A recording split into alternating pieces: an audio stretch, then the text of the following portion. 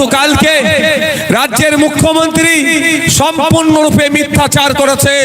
রাজ্যের মুখ্যমন্ত্রী মালদাতে দাঁড়িয়ে বলছেন যে ওয়াকাফের বিরুদ্ধে নাকি রাজ্য সরকার মামলা করেছে। আমি এই বসিরহাটের জমিন থেকে, বসিরহাটের এই মাটি থেকে রাজ্যের মুখ্যমন্ত্রীর কাছে বার্তা দিতে চাই, আপনার রাজ্য অর্থাৎ পশ্চিমবঙ্গ সরকার যে মামলা করেছে সুপ্রিম কোর্টে, তার ডেট আর মামলার ডায়েরি নম্বর প্রকাশ করা হোক, তাহলেই জানতে পারবো আপনি কত ধরনের সত্যি মামলা করেছেন। আমি আপনাদের বলছি, মমতা ব্যানার্জি এই মামলার ডায়েরি হয় সুপ্রিম কোর্টে, মামলার যেমন মামলার নাম্বার বলি তো আমরা, সুপ্রিম কোর্টের ডায়েরি নাম্বার বলে, তাহলে প্রকাশ করতে পারবে না। কারণ মামলা আমি করেছি। আপনাদের এই মাদ্রাসা, আপনাদের এই মসজিদ, আপনাদের এই ঈদগাহ, আপনার পূর্বপুরুষের যে কবরস্থানগুলো আছে এখনো যতটুকু সুরক্ষিত আছে, এটা মমতা ব্যানার্জির করা মামলাতে সুরক্ষিত নয়, অভিষেক ব্যানার্জির করা মামলাতে সুরক্ষিত নয়, আপনার এলাকার বিধায়কের কেউ মামলাতে সুরক্ষিত নয়। আমাদের মতো গুটি কয়েক মানুষের মামলা আছে বলে এখনো যতটুকু আছে অধিকার পাচ্ছেন, টিকে আছে। তাই মমতা ব্যানার্জি গতকালকে নতুন করে মুসলিম সম্প্রদায়ের সামনে যে মিথ্যাচার করেছে, আমরা আজকে স্টেজ থেকে তাই মিথ্যাচারের নিন্দা ধিক্কার জানাচ্ছি। এই মিথ্যাবাদীর আমরা প্রতিবাদ করছি। মমতা ব্যানার্জি কি বলেছেন? মামলা করেছে, যদি করে থাকে ভালো কথা তো নাকি। আমিও তো সুপ্রিম কোর্টে মামলা করেছি, মামলা করেছি তো, তাহলে মমতা ব্যানার্জি মামলা করলে আমি জানতে পারতাম না? আচ্ছা ধরেন আমি জানিনি, তাহলে এখন কাজ কি হবে? মামলার নাম্বারটা পাবলিক করে দেয়া, আর কত তারিখে মামলা করেছে সেটা পাবলিক করে দেওয়া, তাহলে কাজ ক্লিয়ার হয়ে যাবে। যেমন আমি এসআইআর নিয়ে মামলা করেছি, আমি পাবলিক করে দিয়েছি 68,938/2025। আমার মামলা নাম্বার কত, আমার ডায়েরি নাম্বার কত এসআইআর এর? ওয়াকাফ নিয়ে করেছি ভাই, ওয়াকাফেরটা আমার মুখস্থ নাই, 1 বছর আগে করেছি তো। আর রিসেন্ট আমি এসআইআর নিয়ে করেছি। যে এসআইআর নিয়ে আপনাদেরকে আতঙ্কিত করছে, যে এসআইআর নিয়ে আপনাদেরকে ভয় দেখানোর চেষ্টা করছে, সেই এসআইআর নিয়ে অলরেডি আপনাদের বড় ভাইয়ের নির্দেশে আমি সুপ্রিম কোর্টে মামলা করেছি। মামলার ডায়েরি নাম্বার হচ্ছে 68,938/2025।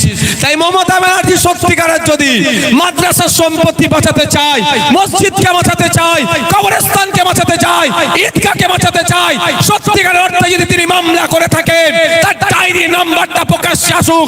যতদিন না প্রকাশ্যে আনছে, মমতা ব্যানার্জিকে আমরা প্রতারক, মিথ্যাবাদী ছাড়া আর কিছুই বলবো না। অসুবিধা লাগবে নাকি? মিথ্যাবাদীকে মিথ্যাবাদী বলবো।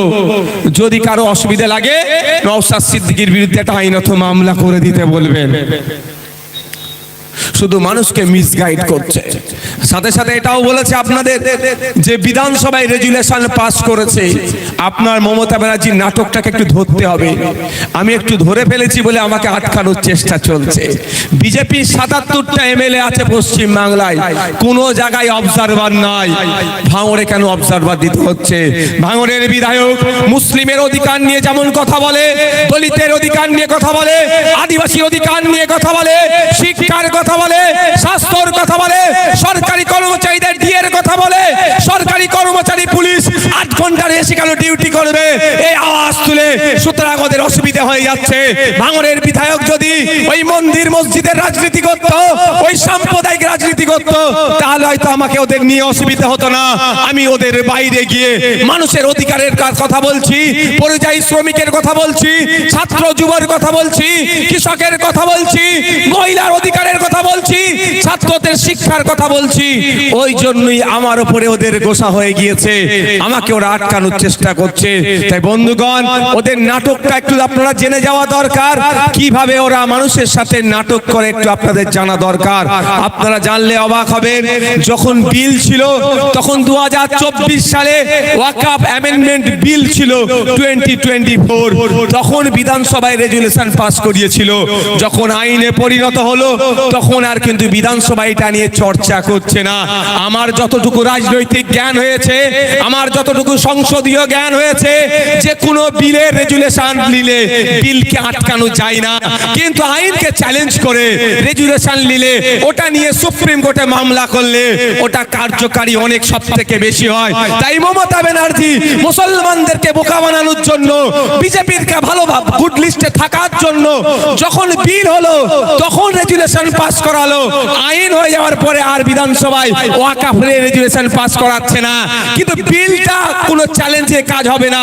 যখন আইন হয়েছে যদি রেজুলেশন পাস করায়, সেই রেজুলেশনটা নিয়ে সুপ্রিম কোর্টে গেলে এই আইনটা ধাক্কা খেতে কি গো পারে। আর ধাক্কা খেলে কার অসুবিধা হবে? কার হবে? এটা জোরে বলুন না।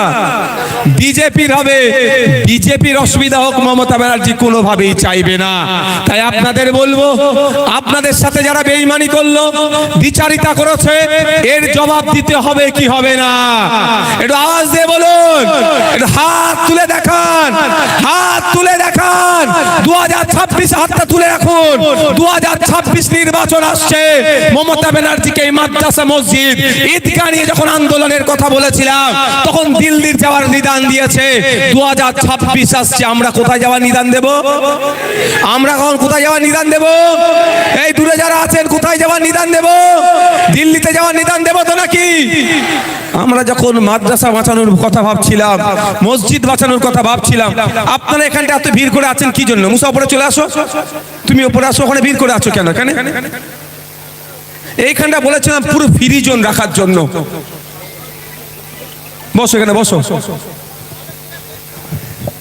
ভলেন্টিয়ার বেশি জাম করে ফেলছে তো।